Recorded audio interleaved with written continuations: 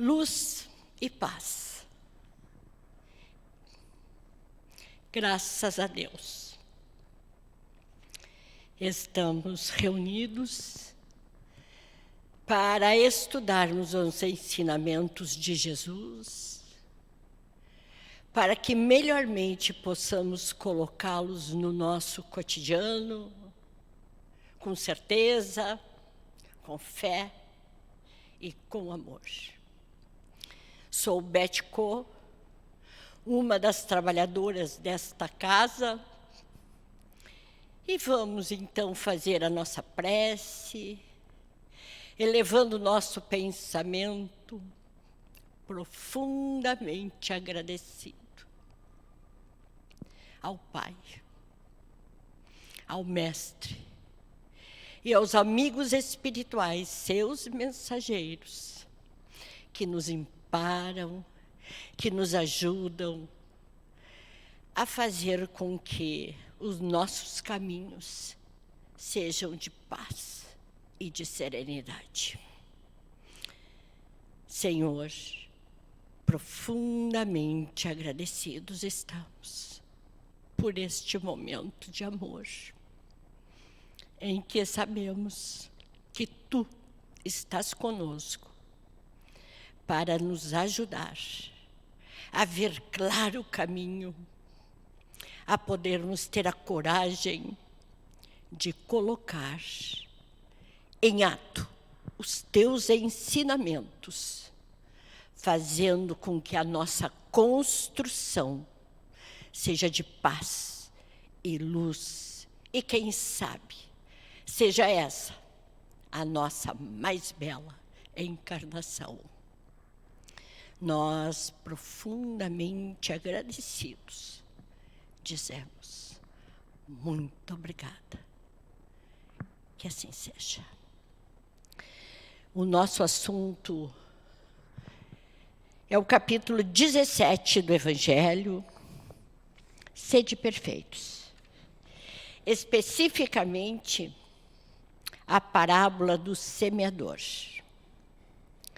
Esta é uma das muitas parábolas que Jesus trouxe para facilitar o nosso entendimento das verdades superiores.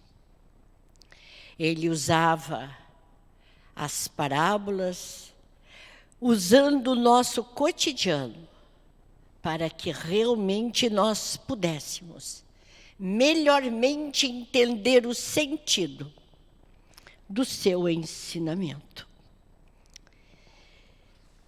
Então, no Evangelho, capítulo 17, nós temos parábola do semeador, é o item de número 5, que diz: naquele dia, saindo Jesus de casa, assentou-se à borda do mar, e vieram para ele muita gente, de tal sorte que, entrando em uma barca, se assentou. E toda a gente estava em pé na ribeira. Ele lhes falou muitas coisas por parábola, dizendo: eis aí que saiu o que semeia semear. E quando semeava, uma parte das sementes caiu junto da estrada, e vieram as aves do céu e comeram-na. Outra, porém, caiu em pedregulho, onde não tinha muita terra, e logo nasceu, porque não tinha altura de terra. Mas saindo o sol se queimou, e porque não tinha raiz, se secou. Outra igualmente caiu sobre os espinhos, e cresceram os espinhos, e estes a afogaram.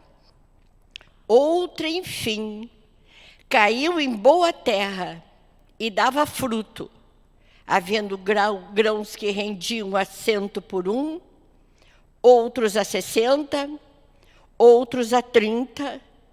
O que tem ouvidos de ouvir, ouça.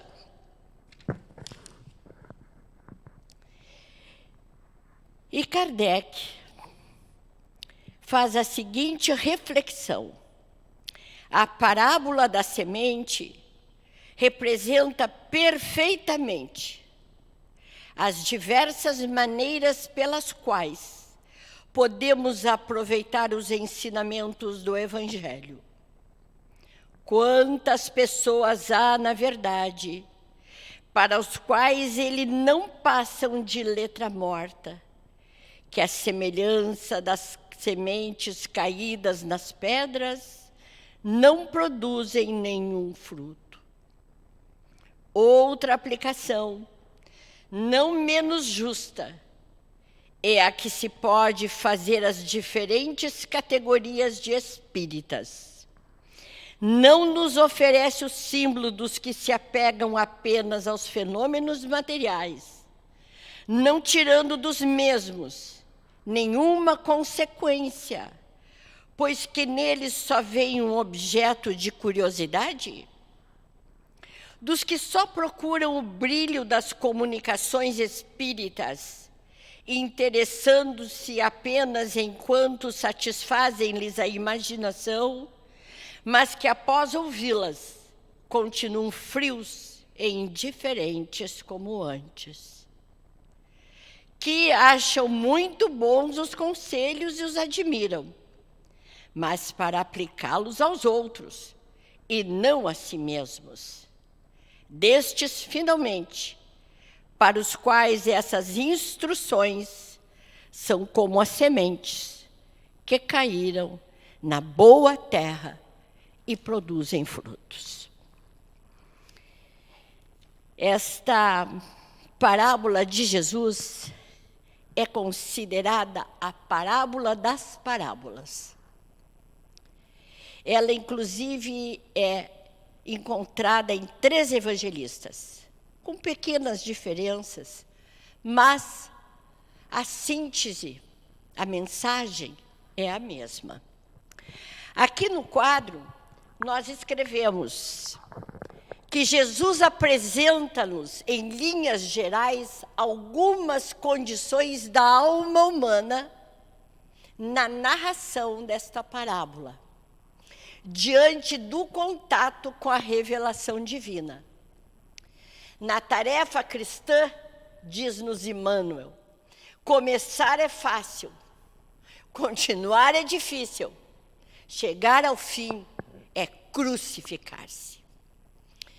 Porque a necessidade de muita luta da pessoa com ela mesma, vencendo as suas imperfeições, porque a evolução não se faz de um momento para outro, mas ela é um processo de construção cotidiana, com denodo, com esforço, colimando um único fim: tornar-se uma pessoa de bem e útil para a sociedade em que está inserida.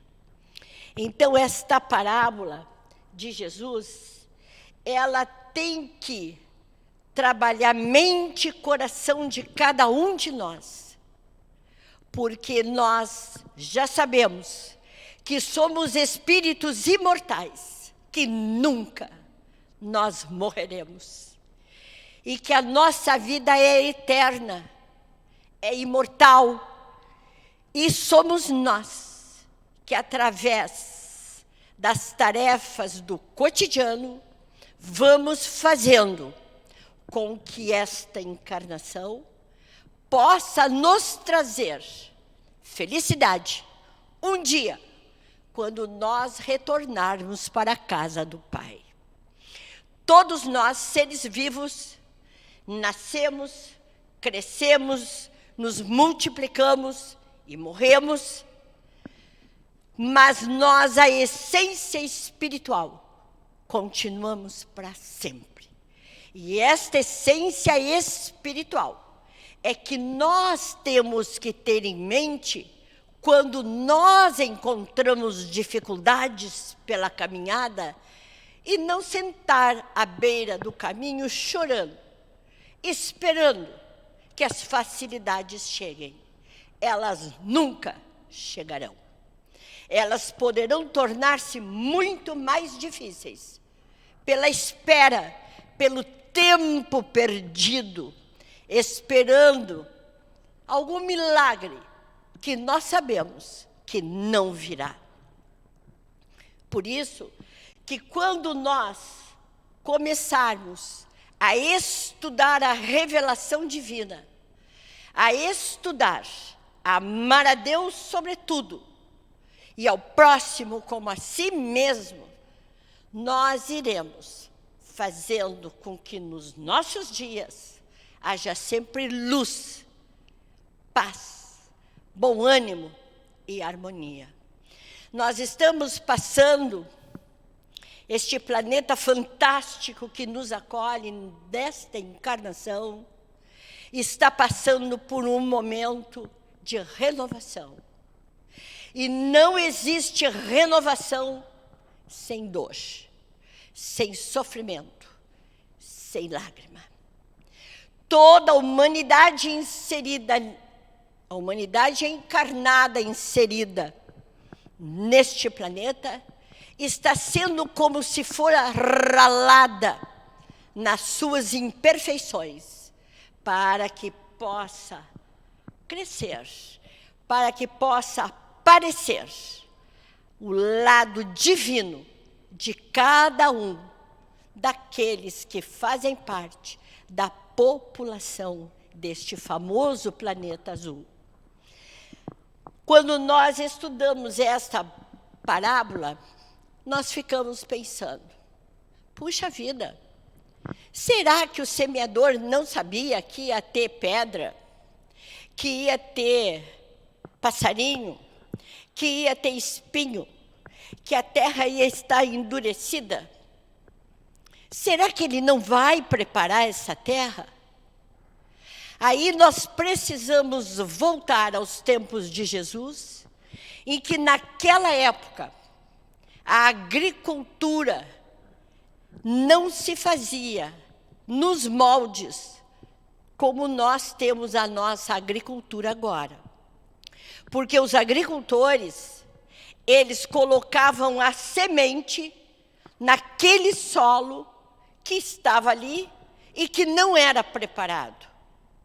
Mas depois de colocar a semente é que eles, então, buscavam passar o arado.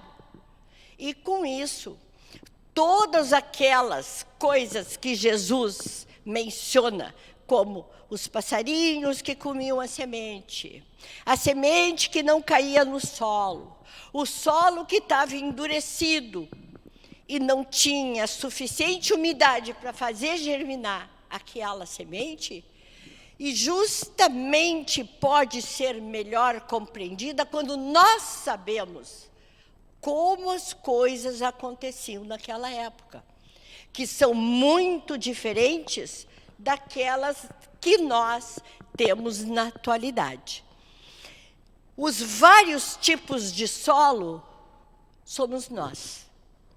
Como é que aquela semente que Jesus estava semeando cai na nossa mente, no nosso coração?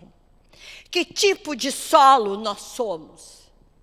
Nós especificamente precisamos tratar daquele solo que era pedregoso, onde havia a dificuldade para aquela semente poder encontrar um lugarzinho e uma gotinha d'água para que ela viesse germinar. Então, nos campos pedregosos, quem são aquelas pessoas? São aqueles que vivem presos com a preponderância das emoções. Alírio de Cerqueira Filho, no livro Fora da Caridade Não Há Salvação, ele fala de que a humanidade, ela é materialista espiritualista, e ela é essencialmente espiritualista. Também é o tipo de solo para que nós possamos compreender melhor a ideia que as pessoas têm enquanto materialistas. Trabalham, trabalham, trabalham, trabalham, juntam fortunas. Depois que juntaram uma grande fortuna, gastam toda para ter um pouco de saúde e não conseguem.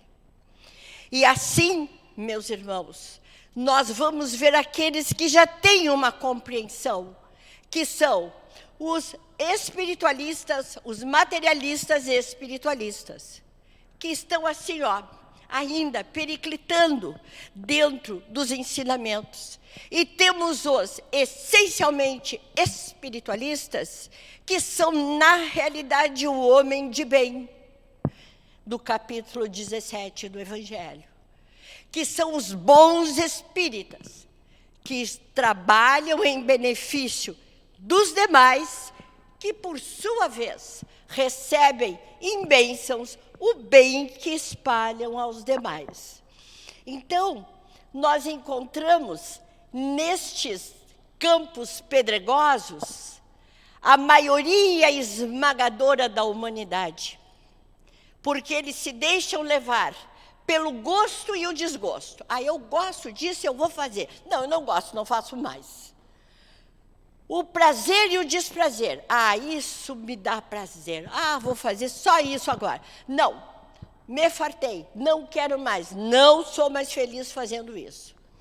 E pela simpatia e pela antipatia, pelo amor e pelo ódio, pela alegria e pela dor. Então, esta maioria esmagadora ainda está como materialista espiritualista. Ele tem laivos de espiritualidade, daqui a pouco ele cai no fundo do materialismo. Então, com isso, nós ainda estamos oscilando na nossa caminhada evolutiva, porque ainda, ao longo das vidas sucessivas, nós ainda não ficamos qual o lado que nós queremos seguir. Quando se está amadurecido moralmente, nós não pensamos duas vezes. Nós escolhemos aquele lado que nos traz Jesus, nos traz a companhia de Jesus, dos amigos espirituais, e que nós vamos, então, fazendo com que a nossa encarnação, ela seja uma encarnação de felicidade.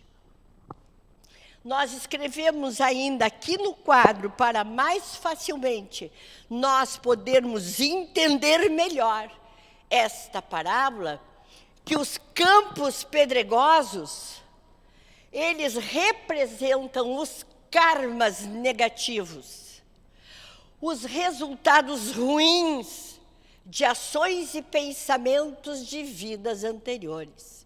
Porque nós somos herdeiros de nós mesmos. Tudo aquilo que nós construímos no nosso passado e que, graças a Deus, nós não lembramos, interferem muita vez na nossa busca da companhia de Jesus na nossa vida.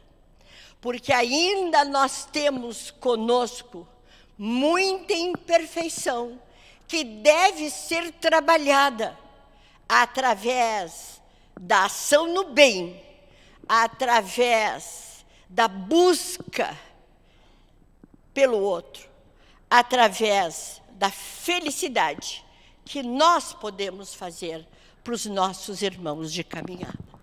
Então, nós colocamos aqui que a mensagem cristã não é de facilidades. Porque Jesus não prometeu para nenhum de nós isenção de dores. Ele prometeu, sim, alívio. E nós, muitas vezes, pensamos que este alívio só não basta. Mas à medida em que nós vamos selecionando os nossos comportamentos, tendo por base os ensinamentos de Jesus, nós vamos buscando este alívio e nós vamos fazendo a diminuição das nossas dores proporcionalmente. Então, meus irmãos queridos, a cada um de nós será dado conforme aquilo que nós estivermos fazendo. Nós precisamos lutar, e lutar muito, para que nós possamos, durante a nossa vida, nesta encarnação, ainda proceder ao autoconhecimento. Porque o autoconhecimento é que vai dar condições de que nós possamos fazer com que estes resultados ruins de outras vidas, eles possam ser gradativamente não apagados, porque não se apaga, mas eles possam ser refeitos nas medidas do Evangelho de Jesus. Cada um precisa se autoconhecer, conhecer aquilo que gosta, as tendências, aquilo que pensa, para que possa, então, fazer a separação do joio do trigo dentro da sua vida, ainda durante a encarnação. Muitos nossos irmãos passaram para a pátria espiritual, mas tudo obedece a um regulamento divino chamado programação encarnatória. Todos nós estamos reencarnados e trouxemos para a vida uma programação. Muitos de nós até esquecem, mas à medida em que nós estaremos trabalhando para o bem, no bem, nós iremos paulatinamente vencendo aquele passado e fazendo a construção do homem novo, baseado nos ensinamentos de Jesus. Nós trouxemos, além de, naturalmente, o Evangelho, que é o livro mais importante para cada um de nós na encarnação, porque são os ensinamentos de Jesus, nós ainda trouxemos o livro Parábolas de Jesus, texto e contexto de Haroldo. Trouxemos também Fora da Caridade Não Há Salvação, de Alírio Cerqueira Filho, porque a leitura deste livro abrirá frentes de trabalho para nós, na busca do bem, realizando o bem e fazendo a felicidade para muitos dos nossos irmãos. Trouxemos também Parábolas Evangélicas de Rodolfo Caligares e trouxemos de Chico Emmanuel o livro Pão Nosso.